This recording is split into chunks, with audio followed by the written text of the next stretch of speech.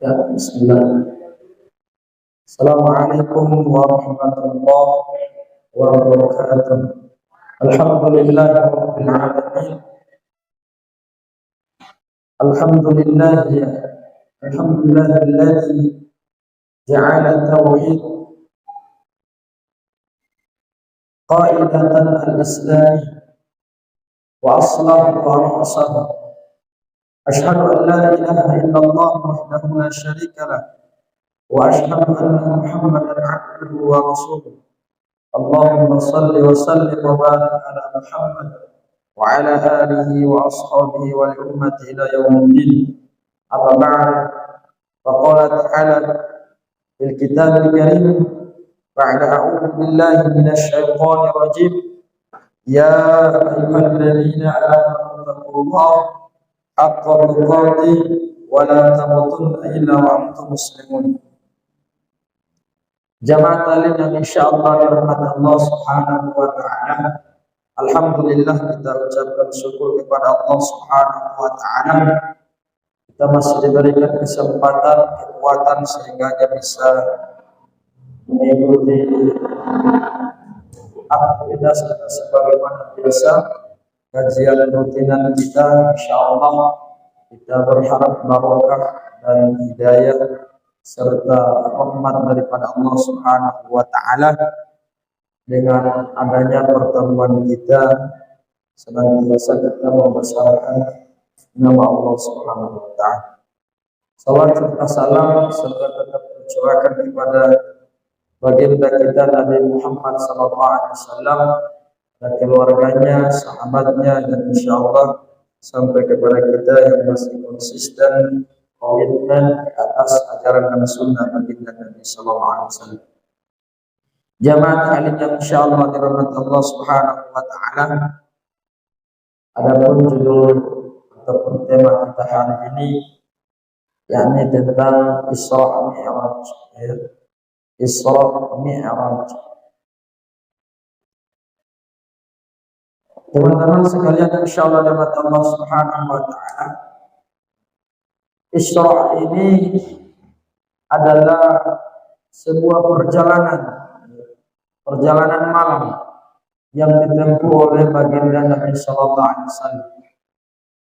Tentunya ini bermula untuk menghibur Nabi sallallahu alaihi wasallam yang sebelumnya itu kakeknya meninggal lagi daripada istrinya Khadijatul Kubra yang senantiasa membela dakwahnya, meninggal pamannya.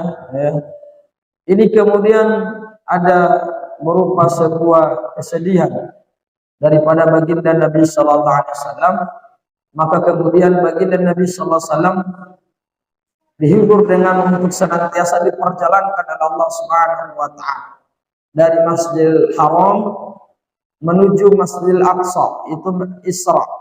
Isra itu adalah perjalanan dari Masjidil Haram, yaitu di kota Mekah, menuju ilal Masjidil Aqsa di Palestina. Yang kita tahu bersama itu kalau dari Mekah ke Palestina itu bisa berjam-jam berjam atau berapa menit untuk menuju ke Masjidil Aqsa, ke Palestina dari Mekah ke. Kalau kita tempuh dengan pesawat terbang, tapi kalau naik bis itu bisa berhari-hari atau berjam-jam, ya. Ini karena jarak yang sangat jauh, ya.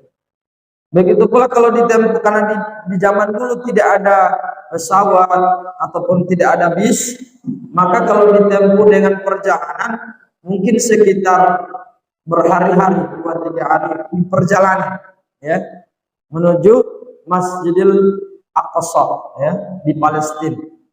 Tapi Nabi sallallahu alaihi wasallam dengan peristiwa Mi'raj ini tidak ditempuh dengan berjam-jam ataupun berhari-hari. Hanya satu malam, tidak menggunakan pesawat ataupun tidak menggunakan onta ataupun kuda dan tidak menggunakan bis. Bahkan Nabi SAW bisa menempuh perjalanan itu hanya semalam saja. hanya semalam saja. Ini sesuatu yang sangat luar biasa. Mau hikmahnya adalah untuk menunjukkan betapa kuasanya Allah Subhanahu wa taala mampu memperjalankan seorang hamba, yaitu baginda Nabi sallallahu alaihi wasallam, dari Masjidil Haram menuju Masjidil Aqsa di Palestina. Ini hanya ditempuh dengan semalam dan bukan dalam jalur mimpi ataupun dengan jalur dicabutnya roh, bukan, melainkan diperjalankan oleh Allah Subhanahu wa taala dengan mengendarai, yaitu burak, ya, burakun, ya, burak. Burak ini adalah sesuatu yang sangat cepat, ya, burak. Kalau di dalam Al-Quran, di Quran surah Al-Baqarah, burakun ini dari kata yakadul barkun, ya, dari kata barkun, ya. Burak ini dari kata barkun. Kata Allah Subhanahu wa taala dalam Al-Quran, yakadul barkun, ya, yakhtabu absarahum, ya. Kata Allah, yakadul barkun absarahum, ya, yakadul barkun, hampir-hampir kilat ini menyambar kepada mereka, ya. Ya, barkun ini akar kata daripada burakun, ya, yang menunjukkan sesuatu yang cepat bagaikan kilat, ya. Cepat bagaikan kilat. Kalau barkun, ya, apa namanya, barkun itu adalah sesuatu yang cepat bagaikan kilat. Kalau burak, ini sesuatu yang baru dipandang sesudah sampai. Jadi yang Nabi naik ini, atau kendaraan yang Nabi melakukan perjalanan itu berupa burak, ya, yang kemudian sekali dia pandang di tempat itu langsung sampai di situ. Kecepatannya, ya, kecepatannya yang memang sudah disetel oleh Allah, sudah didesain oleh Allah Subhanahu wa taala untuk Nabi sallallahu alaihi wasallam. Itu baru dipandang, umpama dia mau bongo meme, cuma dia pandang bongo meme, langsung di bongo meme. Dipandang ke Manado, arah Manado, langsung di Manado. Ya, kecepatannya luar biasa. Makanya tidak heran itu hanya ditempuh dengan semalam. Dari Masjidil Haram ilal Masjidil Aqsa. Ini kemudian Allah Subhanahu wa taala abadikan di dalam Quran surah Al-Isra ayat 1 lagi. Rasanya Allah Subhanahu wa taala berfirman, a'udzu billahi minasyaitonir rajim. Bismillahirrahmanirrahim. Subhanalladzi asra bi 'abdihi lailan minal masjidil harami ilal masjidil aqsa. Ilal masjidil aqsa. Kata Allah Subhanahu wa taala, Subhanalladzi, Maha suci Allah Subhanahu wa taala yang telah asra bi'abdihi lailam, yang telah memperjalankan, ya, seorang hamba hanya semalam, ya, memperjalankan seorang hamba hanya jangka semalam saja, itu minal Masjidil Haram, dari Masjidil Haram, yaitu di Mekah, ilal Masjidil Aqsa, menuju Masjidil Aqsa di Palestina, ya. Jadi luar biasa, kata Allah Subhanahu wa taala, alladzi barakna haulahu linuriyahu min ayatina. Yang di kampung Masjidil Aqsa itu yang Allah berkahi, ya. Kampung yang kemudian di sekelilingnya Allah berkahi. Makanya sampai sekarang Zionis Israel mau menghancurkan Masjidil Aqsa itu, sampai sekarang tidak bisa hancur, ya. Sampai sekarang tidak bisa hancur. Sekalipun mereka memiliki kekuatan yang sangat luar biasa, karena memang Allah Subhanahu wa taala telah melindungi itu dengan para malaikat. Susah ya, ini perjalanan Nabi ini kita bisa ambil pelajaran pertama bahwa Nabi bisa bersedih. Ya, Nabi juga bisa bersedih dengan kehilangan istrinya, dengan kehilangan pamannya, dengan kehilangan orang-orang yang terdekat yang membela agamanya, ya. Maka kemudian disitulah beliau bersedih. Tapi sedihnya Nabi bukan sama dengan orang kesedihan. sampai-sampai membapukul ya, bapukul orang. Tidak. Tapi Nabi SAW sedihnya itu selalu mengingat Allah SWT. Dia selalu mengetahui bahwasanya ini semua datang daripada Allah. Makanya kemudian Allah hibur dia dengan diperjalankan semalam ya, dari Masjidil Haram menuju Masjidil Aqsa. Kemudian ini adalah bagian daripada tanda-tanda kekuasaan Allah ya. Makanya Allah sebutkan ya di ayat tadi itu min ayatina. Ini adalah bagian daripada tanda-tanda kebesaran Allah Subhanahu wa taala. Allah jadikan ini sebagai tanda-tanda kebesaran Allah. Ya. Kemudian Nabi ceritakan kepada orang-orang kafir. Ya. Nabi ceritakan kepada orang-orang kafir sebelum turun ayat ini bahwasanya dia melakukan perjalanan dari Masjidil Haram menuju Masjidil Aqsa. Kemudian langsung ke Sidratul Muntaha. Ya. Ke langit ketujuh. Berjumpa dengan Rabbul Alamin, Rabbul Izzati. Ya. Rabb adalah Tuhan semesta alam. Ketemu dengan Allah Subhanahu wa taala. Yang di langit ketujuh itu tidak bisa ditembus oleh Jibril alaihissalam. Ketika Nabi ceritakan itu kepada orang-orang kafir, maka orang-orang kafir mengatakan Rasulullah SAW kadzabta, pendusta. Bohong itu. Masa dalam jangka semalam Nabi bisa berjalan atau bisa pergi berjalan-jalan dari Masjidil Haram menuju Masjidil Aqsa di Palestina, yang kalau ditempuh dengan pesawat bisa berjam-jam, yang kalau ditempuh dengan bis itu bisa berhari, atau ditempuh dengan jalan kaki itu bisa berhari-hari. Tapi Rasulullah SAW itu hanya jangka semalam itu bisa ditempuh. Maka kemudian dimanfaatkan oleh Abu Jahal ya, dan Abu lainnya yang menjadi musuh daripada baginda Nabi SAW. Kemudian dikompor-kompori atau dihasut-hasut daripada sahabat-sahabat bahwasanya Nabi SAW itu sudah gila. Masa mungkin Nabi SAW bisa, masa mungkin Muhammad itu bisa berjalan dari Masjidil Haram menuju Masjidil Aqsa itu hanya jangka semalam saja. Ini tidak mungkin. Hanya jalan kaki, hanya dengan semalam lagi, tidak berhari-hari atau tidak berjam-jam. Tidak mungkin. Maka kemudian Abu Jahal, Abu lainnya kemudian menghasut daripada para sahabat. Dan para sahabat yang lain sudah mulai ragu dengan baginda Nabi sallallahu alaihi wasallam. Sudah mulai ragu. Ya, makanya tapi kemudian ini dimanfaatkan oleh Abu Jahal ya.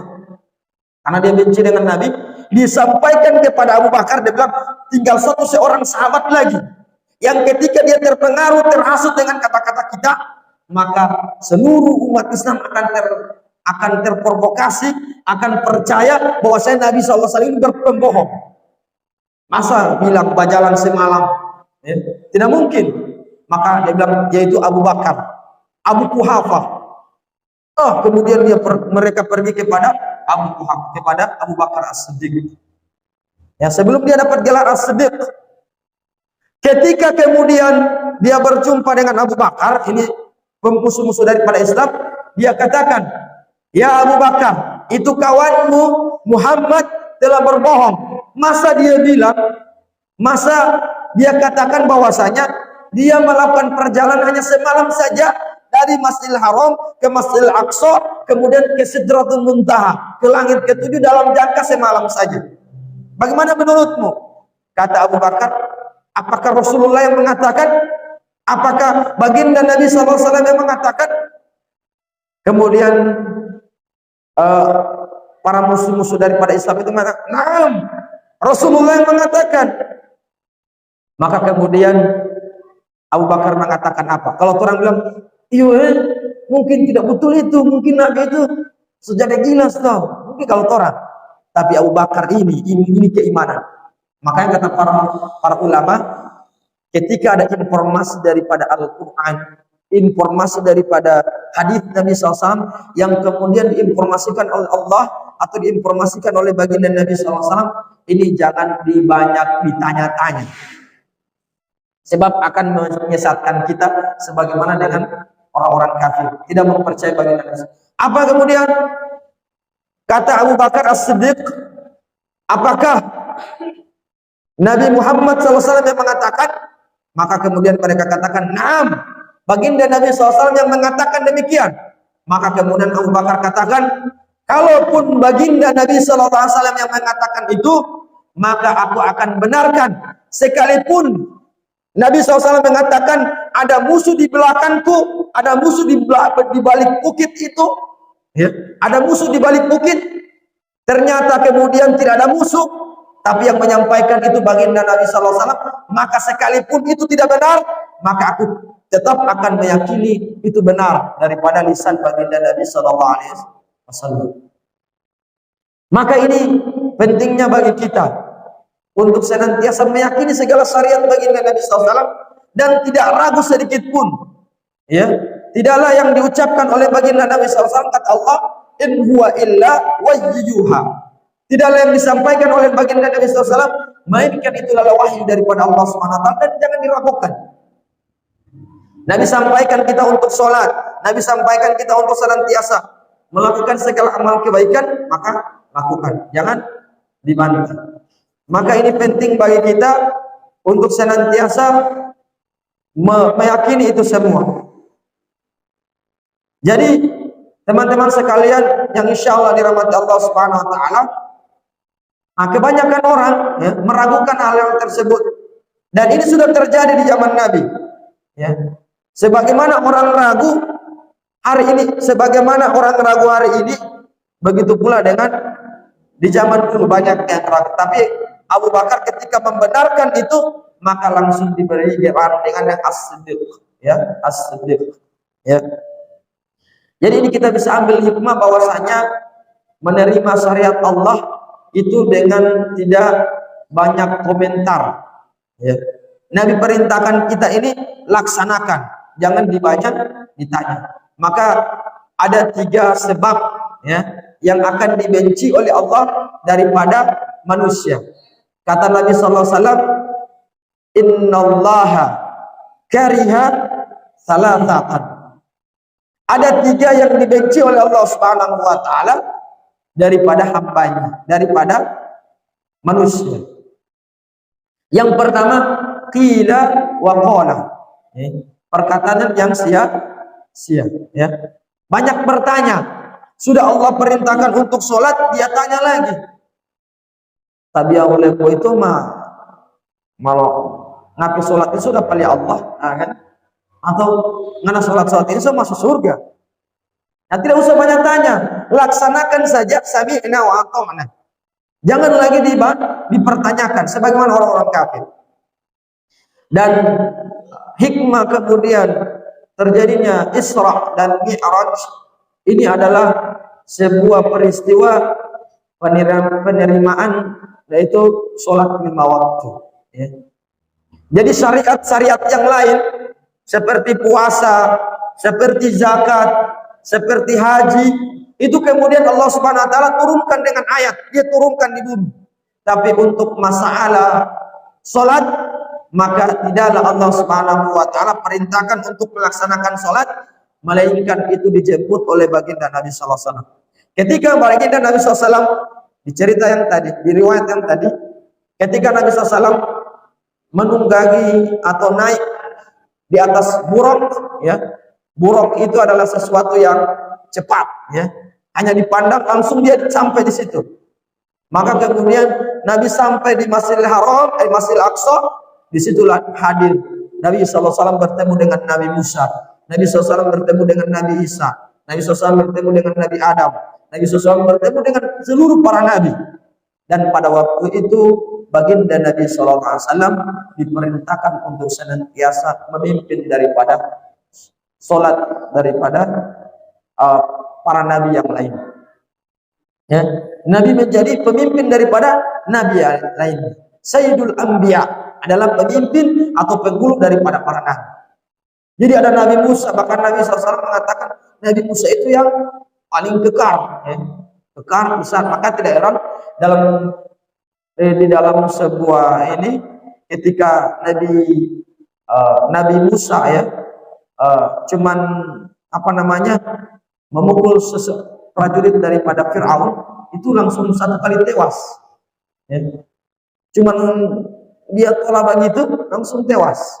Saking kuatnya Nabi Musa alaihissalam. Ya.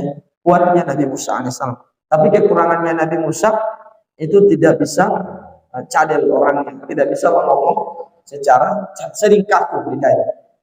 Makanya ditenangi oleh saudaranya untuk berkah. Ya, teman-teman sekalian, insya Allah dirahmati Allah SWT, ketika Nabi SAW selesai memimpin daripada para nabi yang lain, maka kemudian Nabi SAW berangkat ke Sidratul Muntaha, ke langit ke-7. Ketika sampai di langit pertama, itu ada malaikat penjaga. Jadi Nabi SAW ditemani oleh malaikat Jibril alaihissalam dan malaikat Mikail alaihissalam. Ya, malaikat Jibril alaihissalam. Kemudian mereka naik ke langit pertama. Sampai di langit pertama, maka ada penjaga daripada langit pertama. Walaupun Jibril alaihissalam ini sering naik turun langit, maka kemudian tetap harus minta izin masuk. Pada waktu itu ketika mereka sampai di langit pertama, langsung ditanyakan kepada mereka, "Man anta?" Dan dia bilang, "Assalamualaikum." Assalamualaikum. Dia mau menuju ke langit pertama. Kemudian malaikat itu mengatakan, "Waalaikumsalam." Dia tanya, "Man anta?" Siapa engkau? Walaupun dia sudah tahu, "Man anta?" Siapa engkau? Dia bilang, kemudian Jibril mengatakan, "Ana Jibril." Saya adalah malaikat Jibril. Malaikat panglima ya. Kemudian man huwa, dan siapa yang ada denganmu itu ya? Man huwa, siapa dia? Dia bilang, kemudian dia mengatakan, "Inilah utusan Allah." Ya. Tadinya dia tidak kurang sopan. "Ini utusan Allah. Ini Rasulullah, ini kekasih Allah." Langsung kemudian dia bergegas untuk membuka, "Silakan tafadhol." Ya. Kemudian di setiap langit dia bertemu dengan Pak Nabi, ya. Sesuai dengan urutan Nabi. Ada Nabi Adam dan Nabi Isa, Nabi Nuh, Nabi Idris, Nabi-Nabi. Kemudian sampai Nabi Isa alaihissalam. Sesampai kemudian mau masuk di langit ke-7, maka Jibril tidak bisa masuk. Jibril tidak bisa masuk. Kenapa? Karena Jibril disebutkan dalam riwayat itu, riwayat Al-Bukhari, risalah, itu dia mengatakan, "Saya akan hancur ketika masuk ke situ. Saya akan hancur ketika saya masuk bersamamu." Ya. Tapi Nabi SAW masuk ya. Tapi kemudian Nabi SAW bertemu dengan Allah Subhanahu wa ta'ala. Tapi kemudian di riwayat lain Aisyah bertanya, "Ya Rasulullah, apa yang kau bertemu dengan Allah?" "Naam." "Kemudian apa yang kau melihat Allah Subhanahu wa ta'ala?" Kemudian Nabi SAW mengatakan, "Nurun ala nur." Susah, cahaya di atas cahaya dia. Jadi kayak ibarat orang dapat lihat ini pastilah udah susah mendapat lihat. Maka Nabi Allah SWT dikatakan nurun ala nur. Ya, nurun ala nuri. Itu cahaya di atas cahaya. Kalau Nabi nurun fauqa nur. Yaitu cahaya cuma di atas cahaya. Apa bedanya fauqa dengan ala? Kalau ala ini sesuatu yang sudah menempel di atas, yang sudah finish ya. Itu kayak bola lampu, ini suka tempel di dinding. Jadi tidak ada lagi yang di atas pada dia lagi. Tapi kalau fauqa masih kayak tergantung, tapi dia di atas. Ya. Fauqa. Fauqa itu kayak dia berada di atas begini, tapi dia masih tergantung, belum tak tempel. Ya. Kalau ala itu sudah finish, maka Allah SWT dikatakan nurun ala nurin. Cahaya di atas cahaya. Maka kemudian Nabi SAW, sebagaimana kita tahu bersama dalam riwayat itu, ditugaskan kita senantiasa untuk dibebani setiap umat baginda Nabi SAW itu senantiasa mengerjakan sholat 50 rakaat. 50 rakaat. Luar biasa banyak. Tapi kemudian Nabi SAW berjumpa dengan Nabi Musa, maka Nabi Musa mengatakan, "Irji, kembali engkau." Ya. Bukan komentar, bukan. Cuman setidaknya ini sebuah hikmah bahwasanya memang orang ini Ranking 50 saja. Seandainya Allah Subhanahu wa taala sudah menetapkan 50 tidak bisa ditolerir lagi, maka mungkin setiap detik orang sedikit lagi semua sholat, sedikit lagi semua sholat. Jadi 50 rakaat. Jangankan 50 rakaat, 5 waktu saja kadang-kala subuh tidak ada, ya. Nanti kemudian ada kegiatan ada, ya. Tapi kemudian subuh tidak ada. Aduh, bahaya. Maka kemudian Nabi Musa mengatakan, kembali. Sesungguhnya umatku saja yang kuat, kekar, besar-besar, itu tidak sanggup. Kasih kurang lagi. Kemudian sampai 9 kali kalau tidak salah dalam riwayat itu, Nabi pulang sampai kemudian ditetapkan 5 waktu dalam sehat. Yang setiap waktunya diganjar 10 kebaikan. Jadi pahalanya tetap 50 sebagaimana yang dianjurkan oleh Allah Subhanahu wa taala 50 rakaat, maka kemudian dibuat menjadi 5, tapi setiap satu salat itu diganjar dengan 10 kebaikan minimal. Maka kita tetap mendapatkan 50 daripada pahala yang kemudian terpecah daripada sholat-sholat nawafil. Maka jamaah yang insyaallah dirahmati Allah Subhanahu wa taala, ini menjadi pelajaran penting bagi kita. Isra Mi'raj, peristiwa Isra Mi'raj, ya, Nabi SAW juga pernah melihat orang masuk neraka itu banyak dari golongan daripada wanita, ya, dan di surga banyak daripada golongan orang-orang miskin tapi taat. Jadi banyak, ya. Maka kemudian hikmah daripada Isra Mi'raj ini adalah perintah kita untuk senantiasa bagaimana sarana kita untuk mendekat kepada Allah, yaitu sholat. Makanya perintah daripada sholat itu kemudian bisa menyebabkan atau sejalan dengan daripada orang meyakini Isra Mi'raj. Kalau kemudian orang tidak bisa meyakini Isra Mi'raj, maka dia bisa jadi kafir, di kufur. Contoh, dia tidak meyakini daripada Isra Mi'raj, maka dia bisa jadi kufur. Karena tidak meyakini daripada Al-Quran, sumber daripada Al-Quran yang telah menginformasikan bahwasanya Nabi SAW telah melakukan Isra, ya, perjalanan semalam. Sebagaimana kewajiban kita untuk menjalankan sholat 5 waktu. Meyakini daripada keyakinan sepenuhnya Isra Mi'raj, Isra adalah perjalanan Nabi SAW, kita harus yakini sebetul-betulnya dengan keimanan, kita tidak ragu sedikit pun, maka itu sejalan dengan kewajiban kita untuk senantiasa menjalankan daripada perintah sholat kepada Allah Subhanahu wa taala. Makanya sholat itu adalah sebuah pembatas. Selain pembatas, sholat adalah amalan yang paling diutamakan akan dihisab oleh Allah Subhanahu wa taala. Dalam riwayat Nabi SAW mengatakan sholat adalah pembatas daripada orang-orang kafir dan orang-orang beriman, orang-orang muslim. Kata Nabi SAW, bainal kufri wasirki tarkus sholah, ya. Pembeda antara muslim dan orang-orang kafir adalah dia meninggalkan sholat. Dalam riwayat yang lain, man taraka sholatan muta'amidan faqad kafara jahar.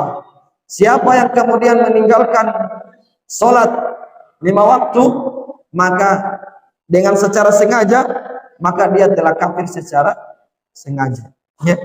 Siapa meninggalkan sholat dengan secara sengaja, kemudian dia tidak meyakini ini sholat ini adalah satu kewajiban, dia tinggalkan, dia ragukan, maka faqad kafara jahar, dia telah kafir, ya, dia telah kafir. Bahkan sebagian para ulama mengatakan, ketika dia tidak ada seseorang mayat yang meninggal, tidak satupun dia mengerjakan sholat, jarang mengerjakan sholat, lalai daripada sholatnya, maka kemudian sebagian para ulama mengambil riwayat tadi bahwasanya tidak boleh disolatkan dia.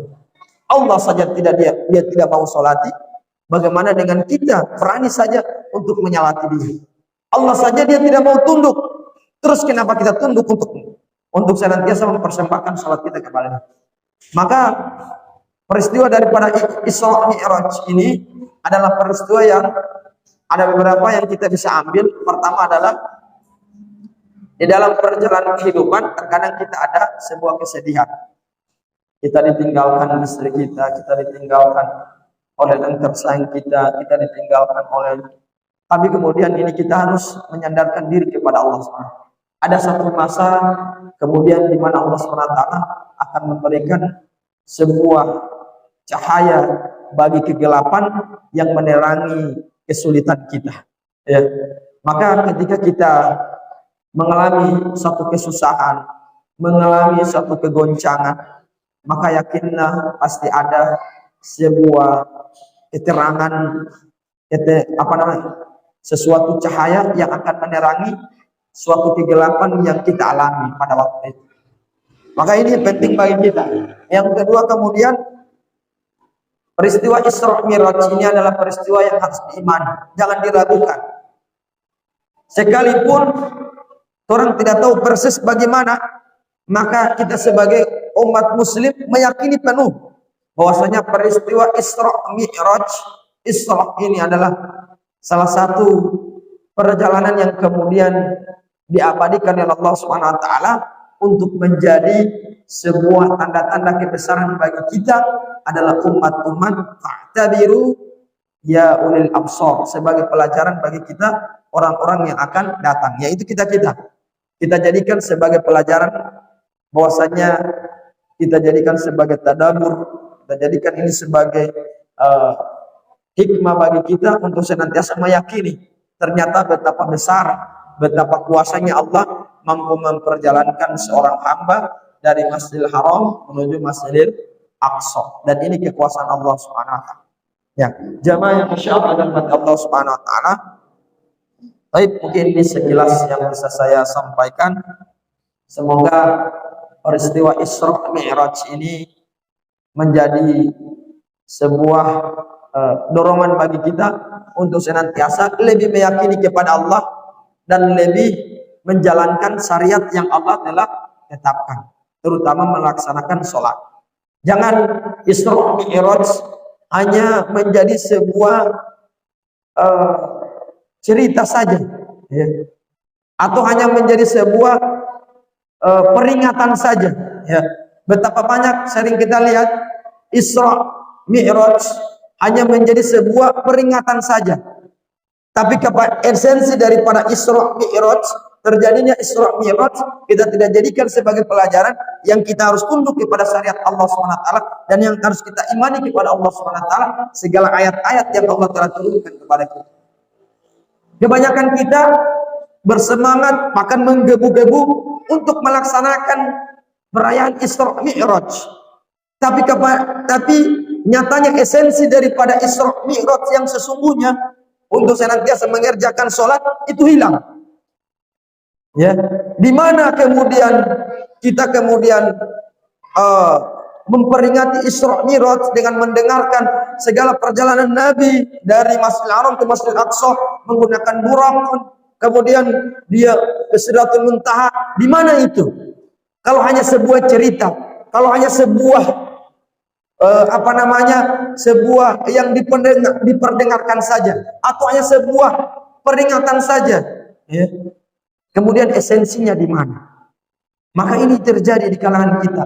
Semangat hanya untuk mendengar, semangat hanya untuk memperingati, tapi esensi daripada apa yang kemudian diperintahkan itu menjadi sebuah cerita belaka, tidak menjadi sebuah praktek dalam kehidupan.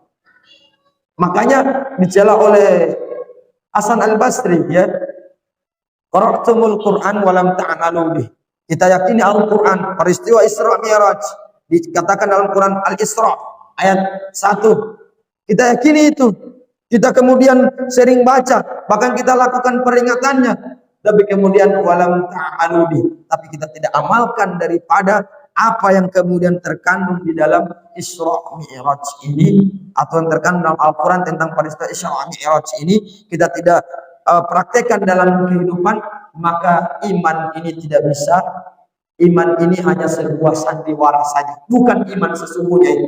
Tapi iman sesungguhnya yaitu kemudian dia kemudian mengingat peristiwa tersebut, kemudian dia meyakini peristiwa tersebut, kemudian wa amalun bil arkan, kemudian dia wujudkan dengan amal perbuatan dalam kehidupannya. Dia senantiasa menjaga sholat, dia senantiasa bersabar dalam segala apa yang kemudian Allah telah uji baginya. Inilah hakikat daripada Isra Mi'raj, bukannya sekedar peringatan belaka. Kalau peringatan semua bisa melakukan, tapi esensi daripada Isra Mi'raj ini yang terkadang perlu untuk kemudian disosialisasikan kepada masyarakat, kemudian perlu untuk senantiasa kita menggebu-gebu semangat untuk menjalankan daripada peristiwa Isra Mi'raj yang terkandung dalam Isra Mi'raj, yaitu menjaga daripada sholat. Jadi mungkin banyak ya di kalangan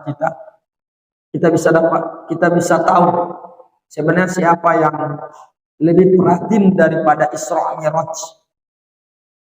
Itu bisa didetik orang yang kemudian meyakini Isra adalah orang-orang yang senantiasa teguh dengan agamanya.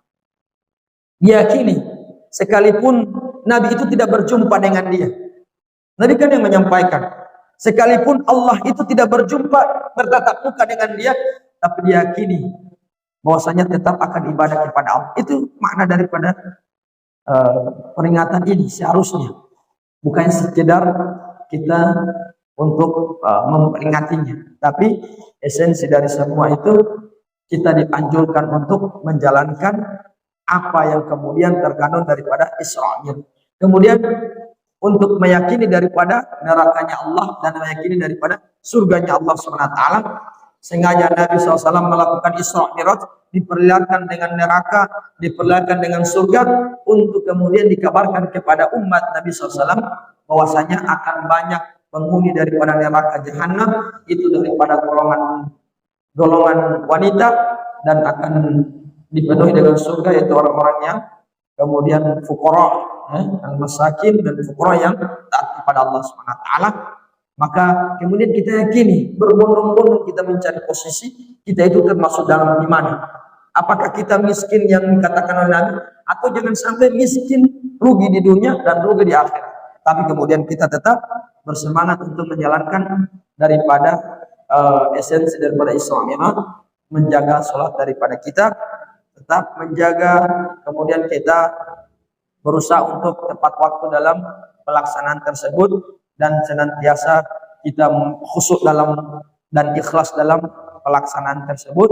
Dan itu yang kita harapkan, dan semoga kita semua yang hadir di tempat ini termasuk orang-orang yang kemudian membumikan dan meyakini daripada peristiwa Isra, dan kemudian menjalankan daripada apa yang kemudian diperintahkan daripada peristiwa Mi'rajnya Nabi SAW, diperintahkan untuk sholat.